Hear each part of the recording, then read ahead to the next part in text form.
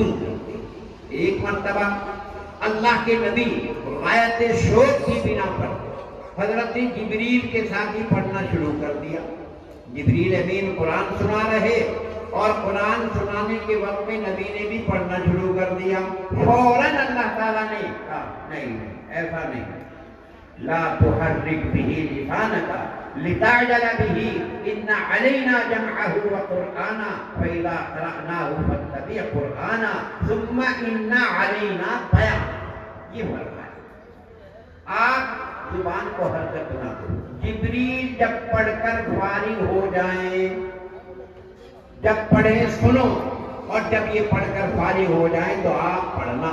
آپ کے سینے میں قرآن کا محفوظ کرنا میری ذمہ داری ہے, آپ کی زبان سے پڑھوانا میری ذمہ داری ہے, اور اس قرآن کا مطلب آپ کے دل میں ڈالنا وہ بھی میری ذمہ داری ہے. تین باتیں, قرآن کا آپ کے سینے میں محفوظ کرنا, پھر آپ کی زبان سے پڑھوانا, پھر اس قرآن پاک کا مطلب آپ کے ذہن میں ڈالنا, اور پھر آپ اسے اپنی زبان میں بیان کرنا. یہ جو زبان سے اپنی بیان کرو گے اسے حدیث کہتے ہیں.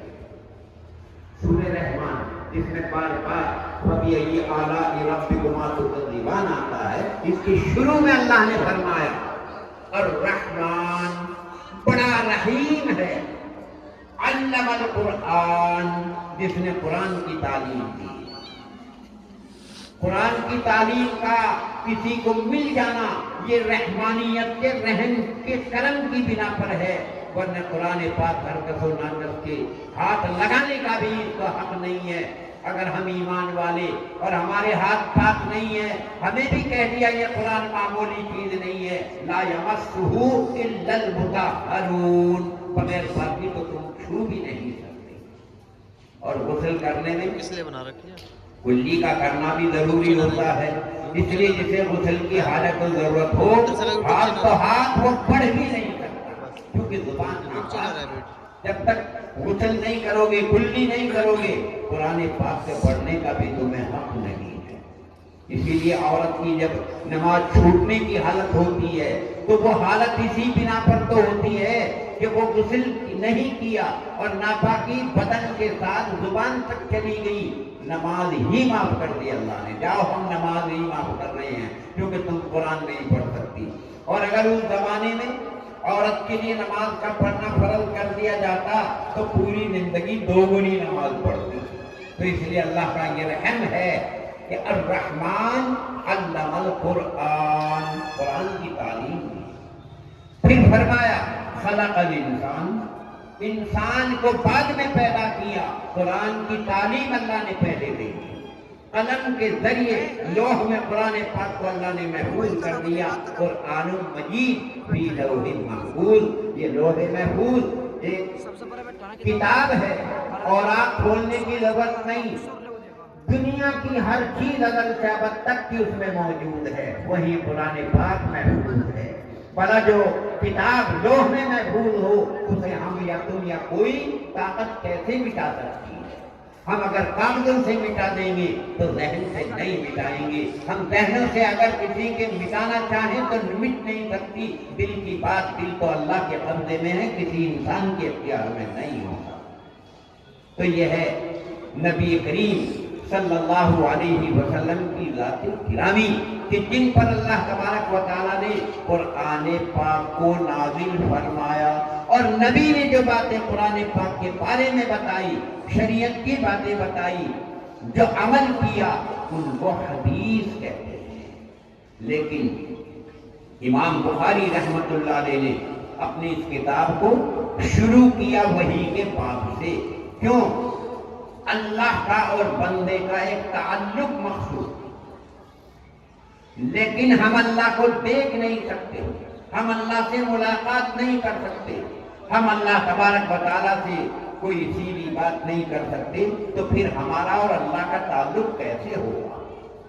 اب امام بخاری رحمت اللہ علیہ فرماتے ہیں بندے کا اور اللہ کا تعلق وحی کے ذریعے ہے. اور وحی کیا چیز ہے؟ وہ اللہ کا کلام.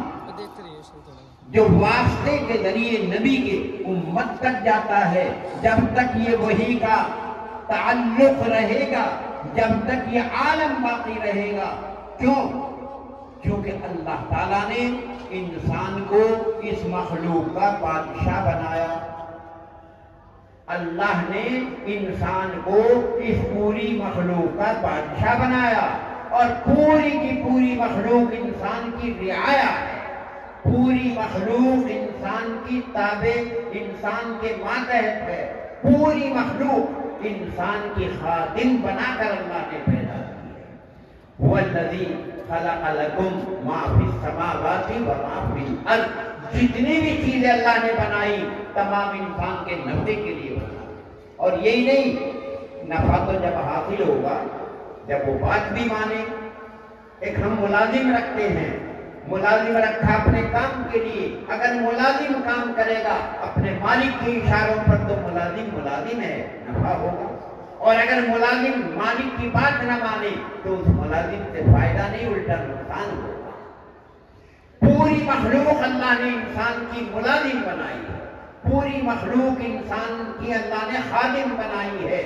یہ سورج ہے، یہ چاند ہے، یہ آسمان ہے، یہ زمین ہے، یہ درخت ہے، یہ حجر ہے، یہ شجر ہے، جتنی بھی مخلوقات ہے سب انسان کے نفع کے لیے بنائی ہے۔